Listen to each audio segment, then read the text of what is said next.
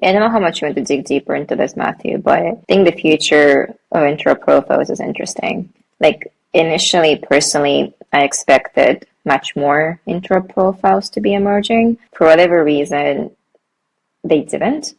So I think what's happening is kind of people looking at these, you know, some intro profile is being public or the actual specification, and they make choices that they need to make, and they build it. And once a problem arises, they kind of start trying to align.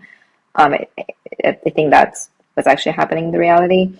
So yeah, we'll see whether it's going to be like a consolidated profile or, but also to Neil's point on they don't have MDoc profile yet.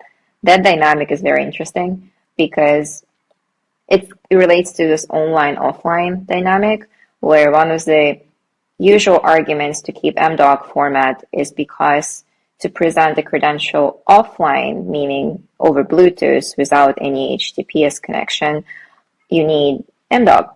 But I really question whether it has to be that way. Maybe that's one area where I really want to see the innovation, in the sense that that's what we tried to do with OpenID for VP with OpenID for Bluetooth specification, where we tried to define how you can take the syntax of OpenID for VP over HTTP over Bluetooth, right? To make sure, because the big strength of OpenID for VP protocol is that it's credential format agnostic. It's agnostic to trust mechanisms.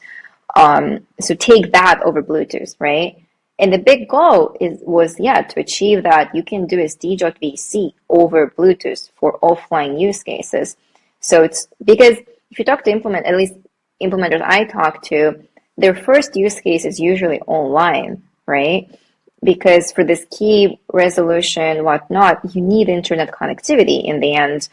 And then it would be so sad if they would build this whole tech stack, and the moment they're like, oh, for this one small thing, we need offline, and then they have to build a whole new tech stack. Like, that doesn't make sense to me, right? So how do we, make that transition smoother? It might not be the highest priority in terms of, crossing the chasm and driving adoption, but that's definitely something I would hope to see as a, innovation coming up. Because at OpenFOP over Bluetooth, we didn't see as much adoption as we were hoping to. So now my hope is maybe extending it, 13-5 to be able to transport as D.VC. And I have a draft. It's honestly not that complicated. It's pretty straightforward.